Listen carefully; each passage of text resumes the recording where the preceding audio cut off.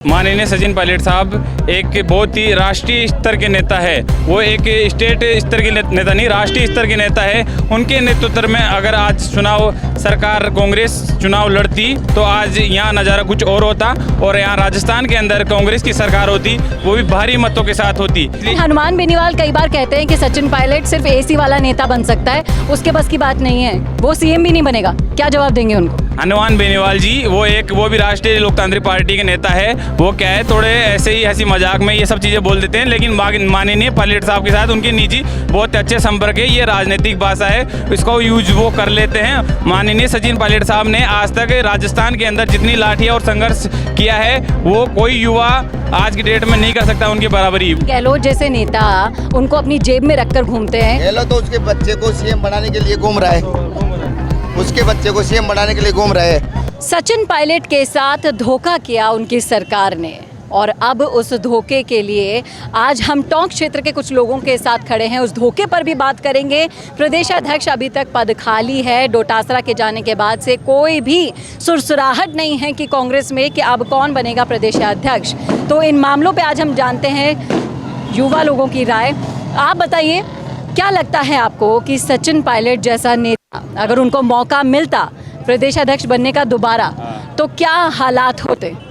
माननीय सचिन पायलट साहब एक बहुत ही राष्ट्रीय स्तर के नेता है। वो एक स्टेट स्तर के नेता नहीं, राष्ट्रीय स्तर के नेता है। उनके नेतृत्व में अगर आज चुनाव सरकार कांग्रेस चुनाव लड़ती तो आज यहाँ नज़ारा कुछ और होता और यहाँ राजस्थान के अंदर कांग्रेस की सरकार होती, वो भी भारी मतों के साथ होती। क्योंकि उनकी जो छवि है और उनके जो कामकाज करने की शैली है, तरीका है, उनकी जो लैंग्वेज है, भाषा है, उनका काम करने का तरीका है, वो कोई ऐसा नेता नहीं है, ना किसी भाजपा के पास है, ना कांग्रेस के पास है जो उनकी बराबरी कर सके। उनके नेता लेकिन जिस तरीके से गहलोत के ओएसडी ने खुलासे किए और सारे के सारे षड्यंत्र हमारे सामने हैं, उसके बावजूद कोई गहलोत पे एक्शन नहीं होना, क्या लगता है आपको कि गहलोत ने अपनी मुट्ठी में रख रखा है आला कमान को? गहलोत ने आला कमान को अपनी मुट्ठी में रख रखा है। ये सरकारें मिलीजुली सरकारें हैं, ये एक दूसरे की पोल नहीं खोलना चाहती है, ये एक दूसरे के राज दबा के रखना चाहती है। अगर ये दूसरे के खिलाफ ये आवाज़ उठाते हैं तो इनके खुले हुए जो राज है, दबे हुए राज है, वसुंधरा जी के और गहलोत साहब के, वो राज सामने आते हैं। इसलिए हनुमान बेनीवाल कई बार कहते हैं कि सचिन पायलट सिर्फ एसी वाला नेता बन सकता है, उसके बस की बात नहीं है, वो सीएम भी नहीं बनेगा। क्या जवाब देंगे उनको? हनुमान बेनीवाल जी वो भी राष्ट्रीय लोकतांत्रिक पार्टी के नेता है। वो क्या है, थोड़े ऐसे ही हंसी मजाक में ये सब चीज़ें बोल देते हैं, लेकिन माननीय पायलट साहब के साथ उनके निजी बहुत अच्छे संपर्क है। ये राजनीतिक भाषा है, इसको यूज वो कर लेते हैं। माननीय सचिन पायलट साहब ने आज तक राजस्थान के अंदर जितनी लाठियाँ और संघर्ष किया है वो कोई युवा आज की डेट में नहीं कर सकता उनकी बराबरी। वो जो युवाओं को साथ में लेके आज इस स्तर पे पहुंचा दिए हैं कि हर एक गांव से, गरीब ढाणी से जो लोग निकले हैं उनको आज बड़ी बड़ी कुर्सियों पे ले जाने का मौका दिया है। तो आपको भी लगता है कि ये जो मिली भगत का आरोप बार बार लगाते रहते हैं कांग्रेस और बीजेपी की, बार बार बेनीवाल भी कहते हैं कि कांग्रेस तो बीजेपी की गोद में बैठे हैं, झूठा लगाते हैं? आपको कैसे पता झूठा लगाते हैं? पायलट साहब जिंदगी में न तो किसी की बुराई करे, न कोई एमएलए साहब की बुराई करे, न कोई नेता की बुराई करे, कोई प्रधानमंत्री की बुराई करे। वो जिंदगी में जो बात होती है सच्चाई बोलते हो। जिंदगी में सुनो, उनके लिए जो दुनिया झूठा लगाती है ना, झूठे लगाती है पॉलिटिक्स के हिसाब से, लेकिन पायलट साहब जिंदगी में किसी की बुराई नहीं करे।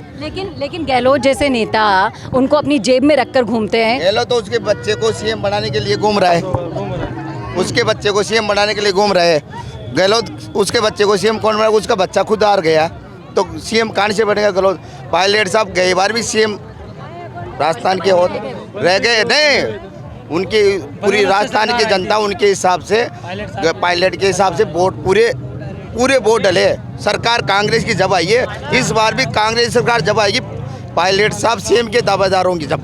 लेकिन जो ये वोट चोरी का आरोप लगाया, आपको क्या लगता है कि ये सच में हुआ था? सचिन पायलट जिंदाबाद, सचिन पायलट जिंदाबाद, सचिन पायलट जिंदाबाद। सचिन पायलट टोंक के लिए हीरो से कम नहीं है। कर्नल फैसला अमर रहेगा जिंदगी भर। पायलट साहब किसी एक व्यक्ति विशेष हो या कि किसी जाति के नेता नहीं है। पायलट साहब एक छत्तीस बिरादरी के नेता है जो सबको साथ में लेके सबका विकास सबका साथ में फोकस करते हैं और सबको साथ लेके चलते हैं। जिंदगी में पायलट साहब कभी भी झूठ नहीं बोले। पायलट साहब सबके साथ रहते हैं। पायलट साहब न किसी की बुराई करे न जिंदगी में करेंगे वो। और सुनो, सबके साथ रहते हैं पायलट साहब। कभी क्या इसका फल मिलेगा? पायलट को कभी ना कभी इसका फल मिलेगा। देखिए, अरे सुनो, समाज का नेता है वो। देखिए 2018 में पायलट साहब प्रदेश अध्यक्ष थे तो सरकार आई, 21 पे सिमट गई थी कांग्रेस। फिर 2018 के बाद में पायलट साहब को तवज्जो नहीं दिया गया, तो पायलट साहब को तवज्जो नहीं दिया गया तो आपको पता है कांग्रेस कहाँ सिमट गई। अगर सचिन पायलट को फिर सचिन पायलट के साथ कांग्रेस इसी तरह छल करेगी तो गुर्जर समाज कहीं और जाएगा। इसलिए मैं कांग्रेस को, बीजेपी को, सबको कह देना चाहता हूँ, गुर्जर जहाँ भी जाता है एक जगह मतदान करता है, एक जगह जाता है। और विशेषकर बात, मीणा समाज भी हमारे साथ खड़ा रहता है, इसलिए जाट समाज भी हमारे साथ है। हाँ, जाट समाज भी हमारे मीणा समाज और इसलिए देखिए पायलट के लिए सब बिल्कुल बिल्कुल, हाँ, इसलिए। और मैं सबसे बड़ी बात ये कहना चाहता हूँ कि बुराई नहीं करा कि आज का किरोड़ी जो कहते हैं लोग बाग, नरेश मीणा जेल में बंद है। नरेश मीणा कोई अपराधी नहीं है, हाँ। वो गरीबों की आवाज है, गरीबों के लिए लड़ता है। बिल्कुल। इसलिए नरेश मीणा जेल में बंद क्यों है? लेकिन आपने जिस तरीके से कहा नरेश मीणा संत आत्मा है, ये तो पता है, लेकिन जेल में उनके बंद होने से किन किन नेताओं का फायदा है ये आप बता सकते हैं? देखिए, हम किसी नेताओं के बारे में कुछ कहना नहीं चाहते। हम राजनेता नहीं, हम तो श्रद्धालु हैं, भगवान देव महाराज के पैदल आए हैं, रोक लगाने आए, हम किसी राजनीति करने नहीं आए। हम ये कह रहे हैं कि सचिन पायलट को तवज्जो मिलना चाहिए और जी, नरेश मीणा जैसे नेताओं की आवाज को आप दबा नहीं सकते। नरेश मीणा एक अलग किस्म का नेता है, गरीबों की आवाज है, उसकी आवाज को दबा नहीं सकते। मैं गुर्जर जाति से आता हूँ, मैं गुर्जर समाज का हूँ, लेकिन मैं नरेश मीणा का आइडल रहा हूँ। नरेश मीणा पायलट साहब, सचिन पायलट जो काम बताते हैं ना वही काम करता है। पायलट का एक छोटा बेटा है, वो बेटे बरोबर है, लेकिन पायलट साहब सामने नहीं है। पायलट ही उसको सब कुछ, पायलट की कभी जिंदगी बुराई नहीं कर, पायलट की साथ है 24 घंटे। तो इन सबका कहना है कि नरेश मीणा के पीछे एक बहुत बड़ा सपोर्ट सचिन पायलट का है, और पायलट ने आज तक कभी किसी का बुरा नहीं किया है। और जिस तरीके से यहाँ पर आप लाड़ प्यार दुलार देख पा रहे हैं जनता का, ये सचिन पायलट को हीरो बनाता है, इस बात में कोई दो राय नहीं है। देखते रहिए संवाद भारत का, भारत के लिए करण के साथ चेतना शर्मा, संवाद के लिए। भारत का सबसे तेजी से बढ़ता हुआ डिजिटल न्यूज चैनल, जिसका परिवार 4,17,000 लोगों से भी ज्यादा बढ़ रहा है, वो संवाद न्यूज चाहता है हर जिले और हर राज्य में मीडिया पार्टनर्स। तो अगर आप बनना चाहते हैं संवाद न्यूज के पार्टनर्स तो कांटेक्ट करें नीचे दिए गए नंबर्स पर। इसके अलावा अगर आप वीडियो एडिटर बनना चाहते हैं या फिर न्यूज इंडस्ट्री में बतौर इंटर्न सब सीखना चाहते हैं तो संवाद न्यूज के जयपुर हेड ऑफिस में काम करने के लिए संपर्क करें स्क्रीन पर दिए गए नंबर पर।